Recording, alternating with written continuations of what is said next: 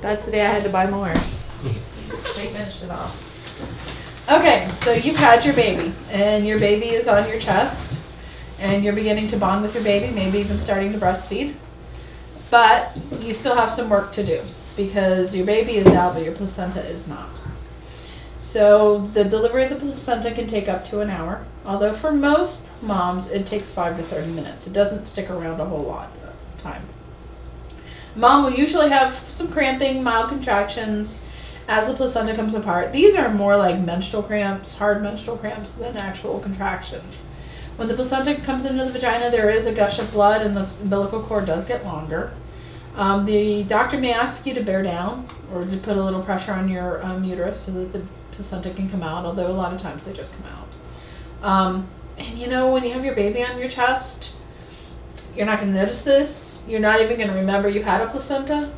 So this is not a big time period because you're examining your baby. You're looking at your baby. You're relieved that labor is over.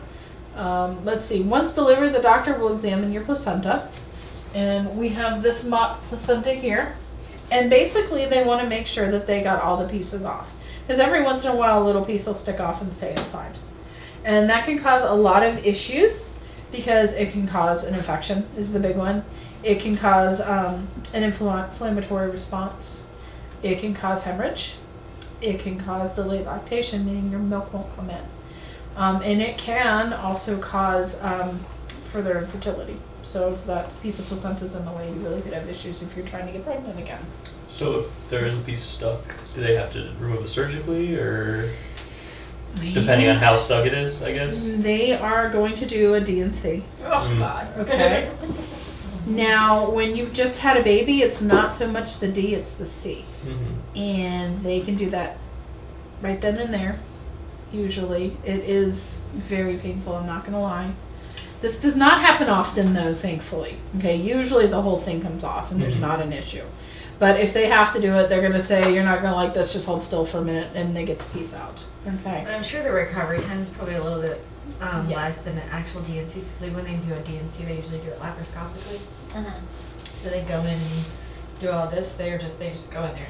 Yeah, their hand can fit in there at that point. Yeah, You just had a they- baby, so. It's a little bit less. And you're still also in a lot of ways numb, so, but you would feel this. Yeah, unfortunately, you would feel that. But very, very, very important, especially if you're choosing to breastfeed, that they do it.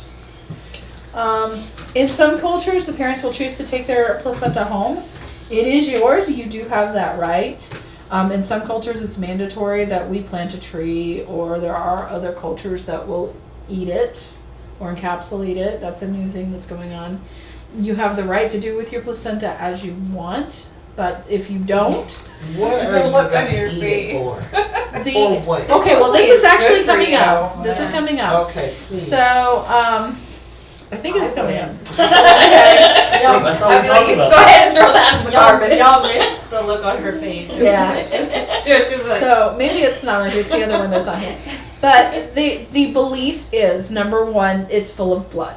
So it being full of blood, there's going to have a lot of iron in it, which will help prevent maternal anemia. Really important to make sure that you're able to heal properly.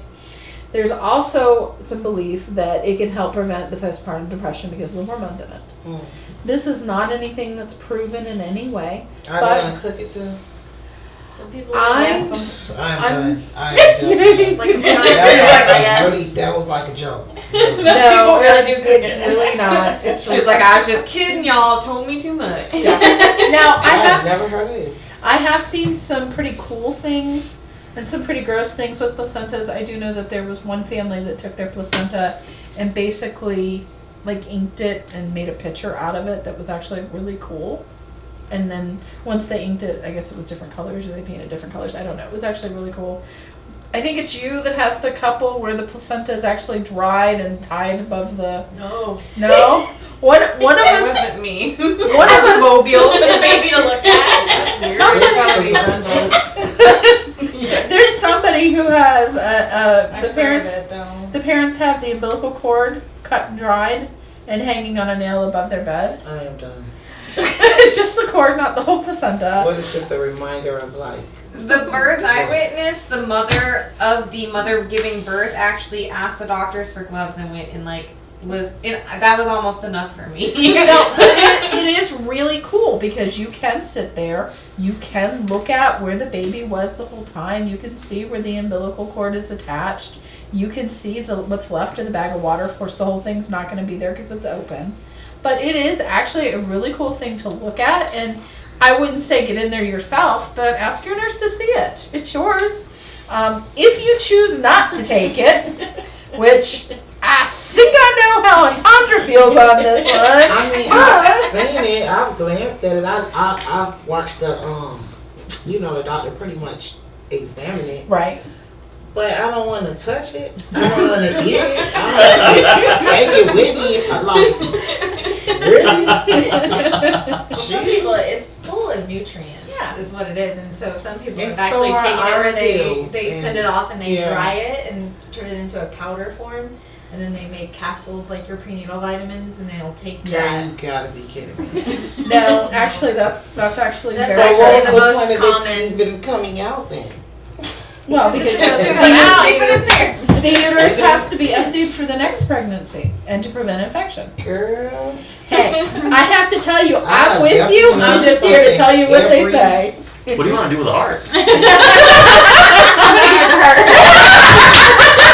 don't know. Well, I was gonna ask her if we could have her. Go right ahead. I got this. You can take it home and nickname it Kitty.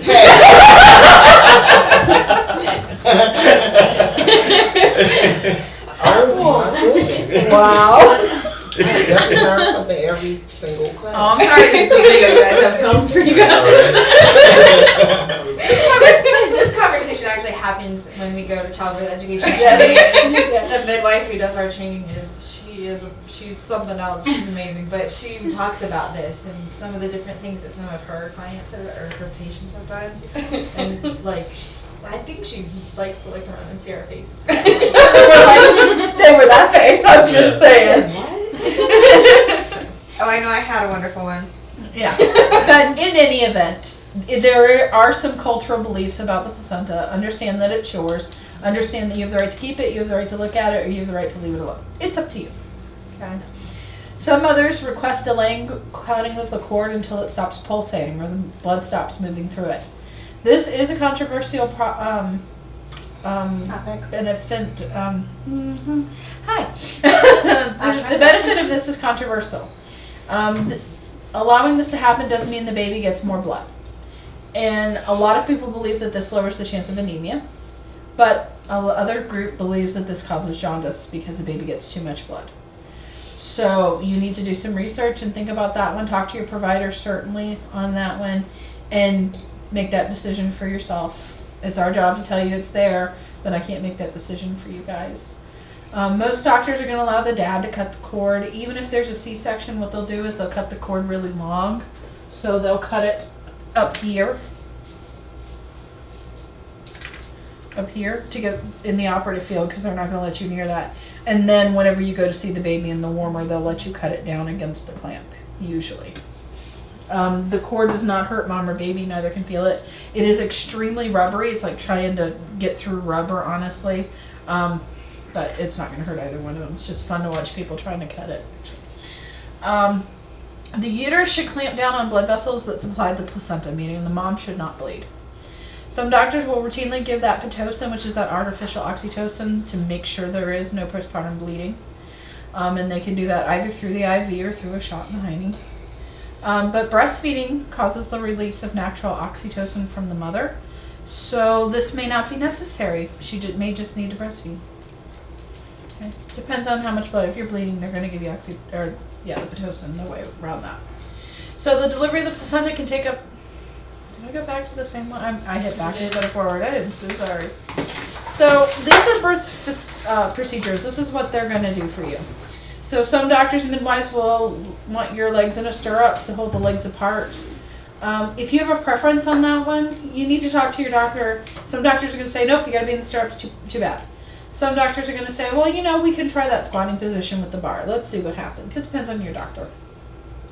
They are going to wash your peritoneum in betadine, which is the area around the vagina and down to the anus, which is a special soap that prevents infection. So this is that brown stuff if you've ever had a surgery. That's what it was. Sometimes it looks like blood. Sometimes moms and dads will get a little excited. Oh my gosh, she's bleeding everywhere. No, it's actually just betadine. It's okay. If a complication occurs, a lot of times you're going to know that a complication is happening. They've been watching the baby's heartbeat for a few minutes and it's not where they want it to be, or they know the baby's in the wrong position. A lot of times you're going to know that something is up. But if there is an absolute emergency, they're going to run in, they're going to take Katie, and you're going to get left there like, what happened?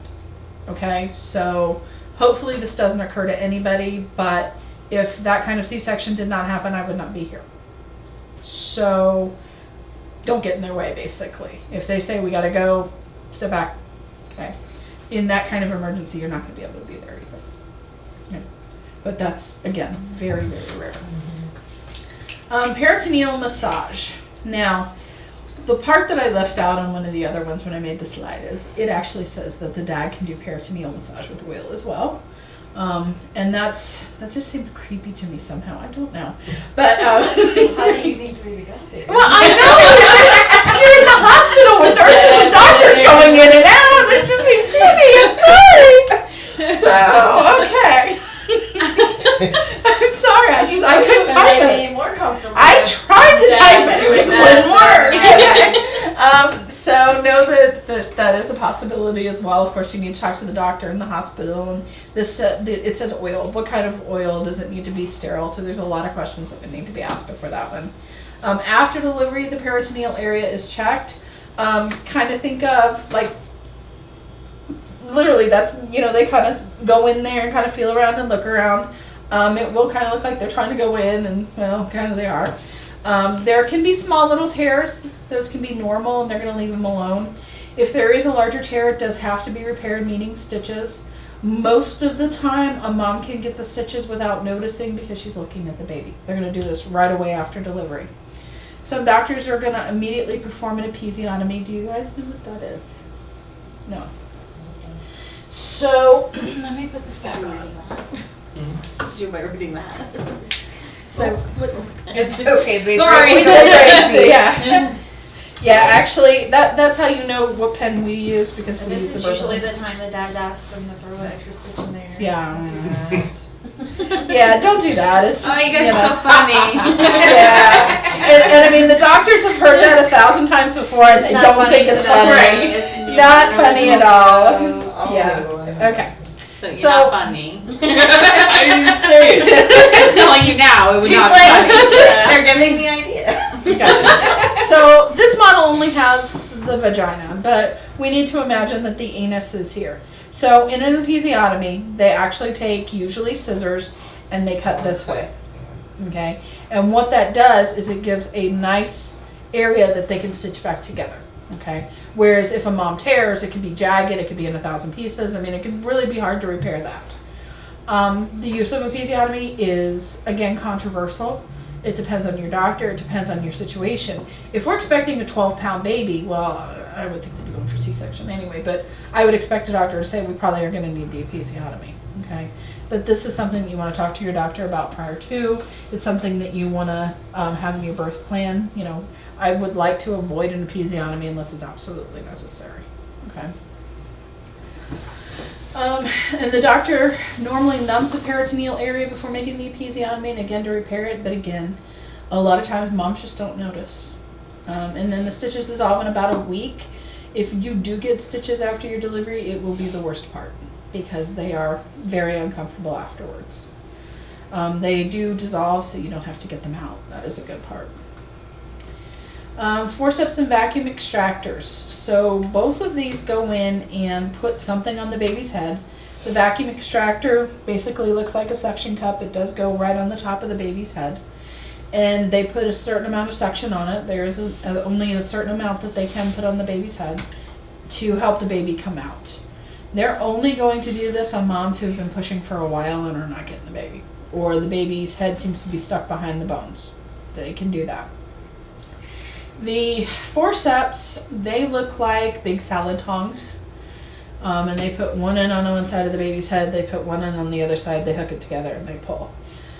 Forceps can cause a little bit more damage to the baby than the vacuum because the vacuum's going to pop off, or the forceps, you can't tell how hard you're pulling.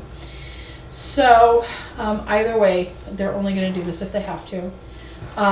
Both of these can leave marks, scrapes, swellings, can cause issues to the baby long term. If these tools are not used for many births. You know, if they're having a lot of trouble, they're probably just going to C-section because they can cause issues. Reasons for these: anesthesia, exhaustion, worrisome changes in the baby's heart rate.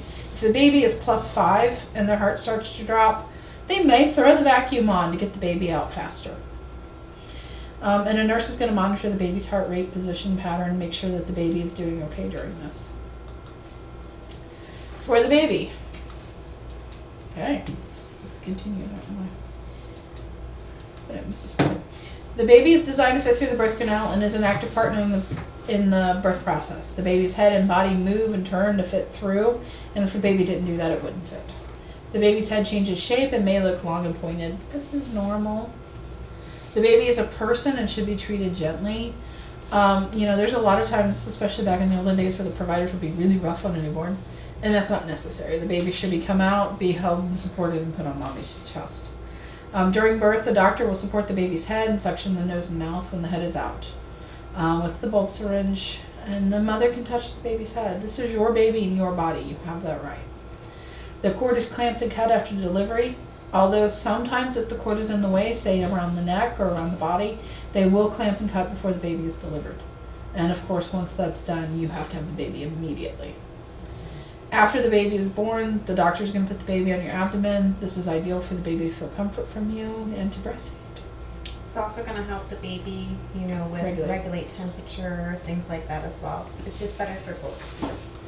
All right, delivery and recovery procedures.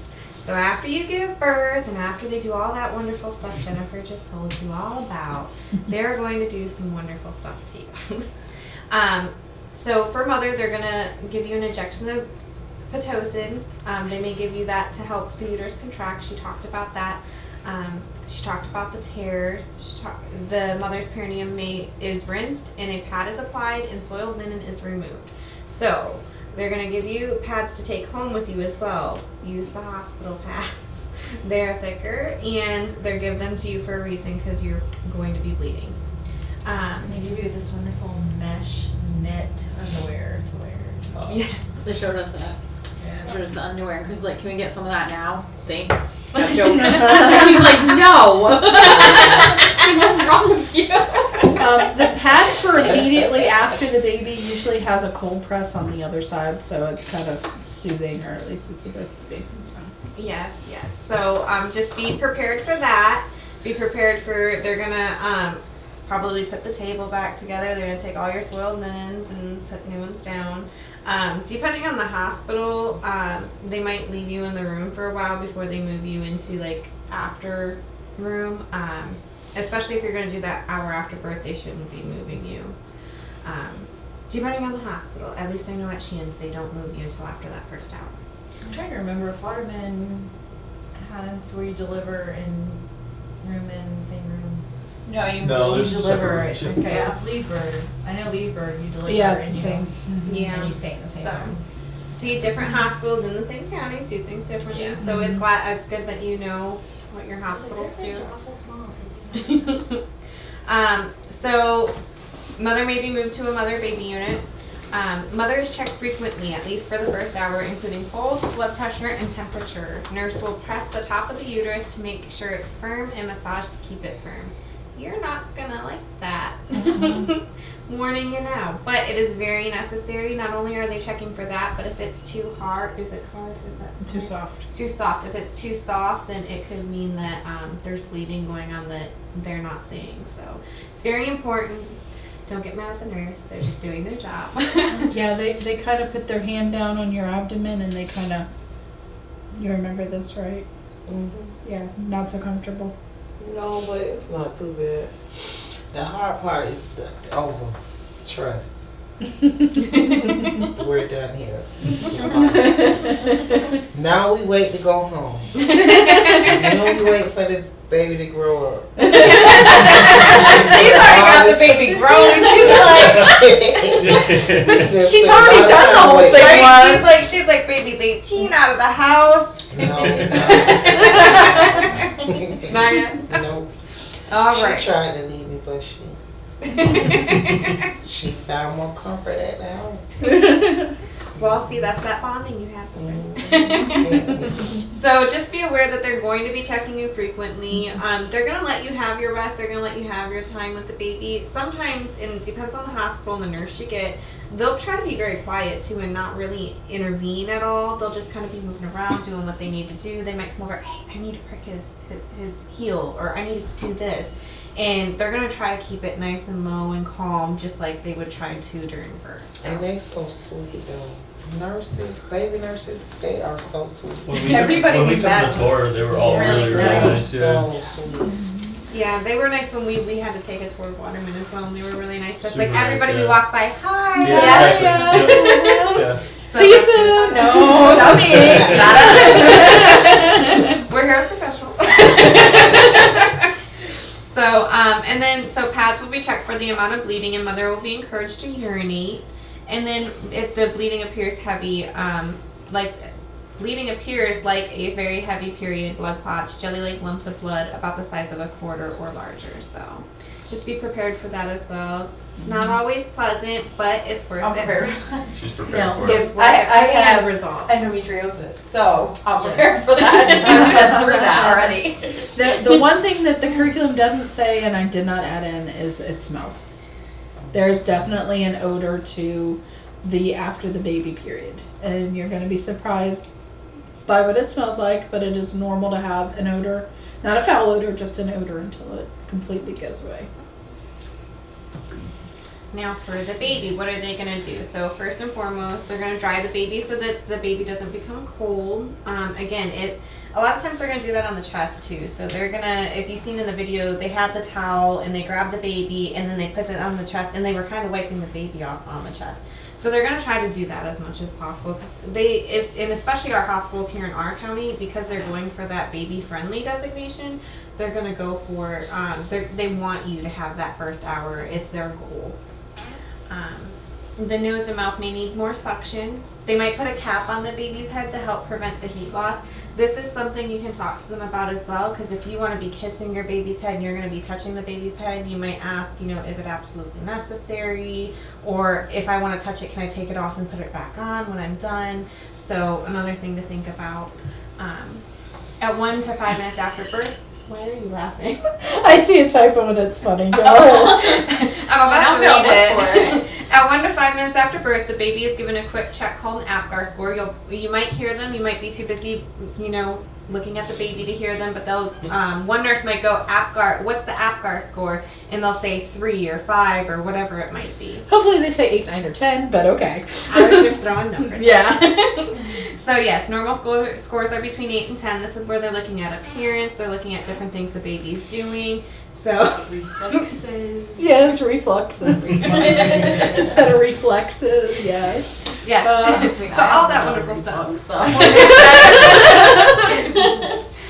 So now the baby may be placed on the warm crib to be dried, suctioned, or given oxygen. Drying and suctioning can be done on the mother's abdomen. So this is where you need to advocate. These are things that they can do right there while the mom's on with the baby on mom's chest. There are certain tests that they don't have to do right away that sometimes they like to, but not required. So do your research, talk to your provider, and find out. Your provider might not know, so you might have to call the hospital and ask them, because your provider pretty much is there for the birth. They don't know a lot about what happens with the baby after birth. Now, after the staff is sure the baby's breathing well, the mother should begin the magic hour. So basically after the baby comes out, that's one of the things they're going to be checking. And they're going to put the baby on the chest, but if they notice that there's something going on with the baby, the APGAR score is low, they're not breathing well, they're going to take the baby back. That's another one where if they say, we have to take the baby, it is medically necessary, just let them do what they need to do. And then it's beneficial for mom and baby if the baby breastfeeds as soon as possible. It can happen anywhere between an hour to The video that we're going to watch is anywhere from an hour to an hour and a half. yeah, is what the video says. So and you're gonna see in the video all the stages, and you really want the baby to go through all 9 of those stages. So there's no need to kind of rush the baby to the breast, like no, breastfeed. You want to kind of let the baby progress on their own. And if the baby's taken from the room, a support person should go with the baby, whoever your support person's going to be. Mhm. You'll get a band, and so will the baby. And then so the only thing, if I recall correctly, that they won't let you go do is the hearing test. And if you're having a boy, the circumcision is not recommended. So. Just saying. Do you want to watch that? No. just trust me on this one, because I can see you punching somebody out, Chris, and that's just bad. We don't want you to end up in jail. Yeah, just bad. They don't serve pizza rolls in jail. Yeah, I won't watch it then. Reason enough not to do it, right? Okay. ID bracelets with matching numbers are placed on the baby's leg and the mom's arm. Dad or the support person will get the third band. That gives you right to the baby, so you can take the baby in and out of the nursery. You can get things for the baby. And if they do have to take the baby to the nursery, for most instances, you can go as well. Okay. Baby's footprints and the mother's thumb print are going to be taken. There are new identification methods used in some hospitals. I know in, I think, all 3 of our county hospitals, they're going to put an alarm on the baby right next to the band. So if the baby leaves the unit, there's an alarm that's going to go off.